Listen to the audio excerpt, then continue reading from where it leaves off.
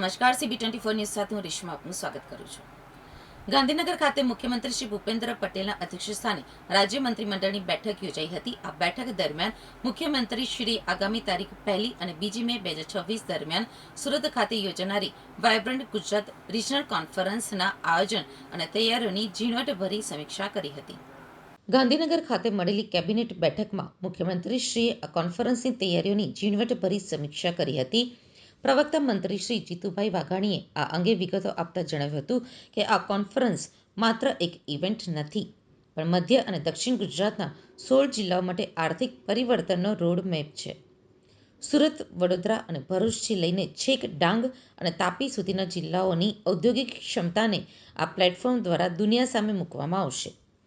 આ વખતે ફોકસ માત્ર પરંપરાગત ટેક્સટાઇલ કે હીરા ઉદ્યોગ ઉપર જ નહીં, પરંતુ ગ્રીન એનર્જી, ફિનટેક, એરોસ્પેસ અને સંરક્ષણ જેવા ફ્યુચરિસ્ટિક ઉદ્યોગો ઉપર પણ રહેશે.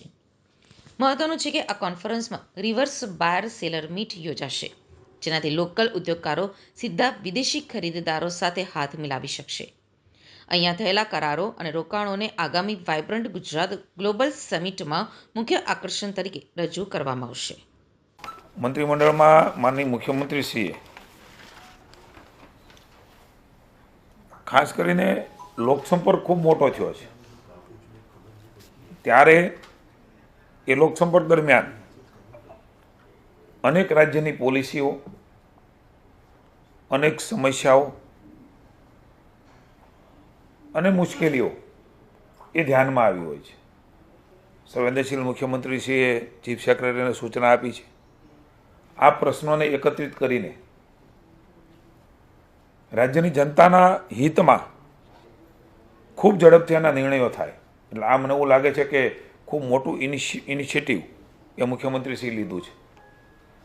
એમના લોકપ્રશ્નો ભેગા કરીને જે ફરિયાદો આવી હશે, આ તમામના નિરાકરણ માટેની પણ સૂચના એ માનનીય મુખ્યમંત્રીશ્રીએ ચીફ સેક્રેટરીને આપી છે. અમારા પ્રતિનિધિના માધ્યમથી પણ અને લોકસંપર્ક દરમિયાન એ એકત્રિત કરવાની પણ સૂચના એમણે પાર્ટીમાં આપી છે.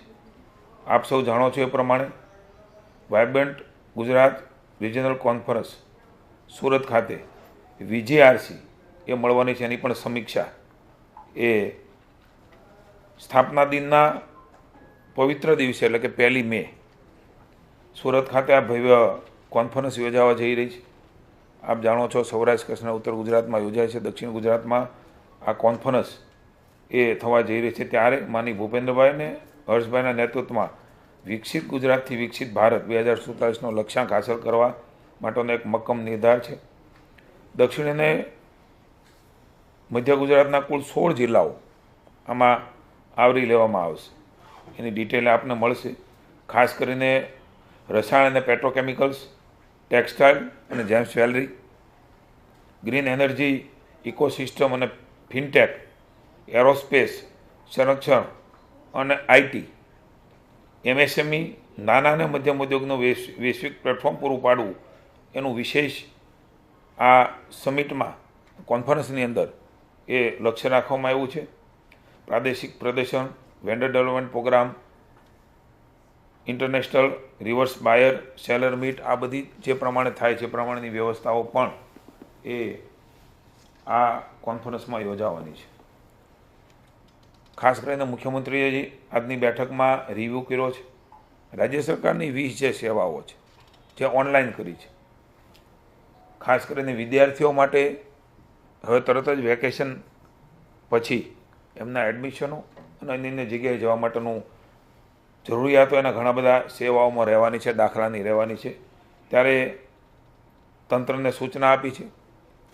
ચૂંટણીના કારણે કેટલીક જગ્યાઓ પર એ પ્રચાર પ્રસાર પણ નહીં થયો હોય ને કેટલોક ધ્યાનમાં પણ નહીં આવ્યો હોય.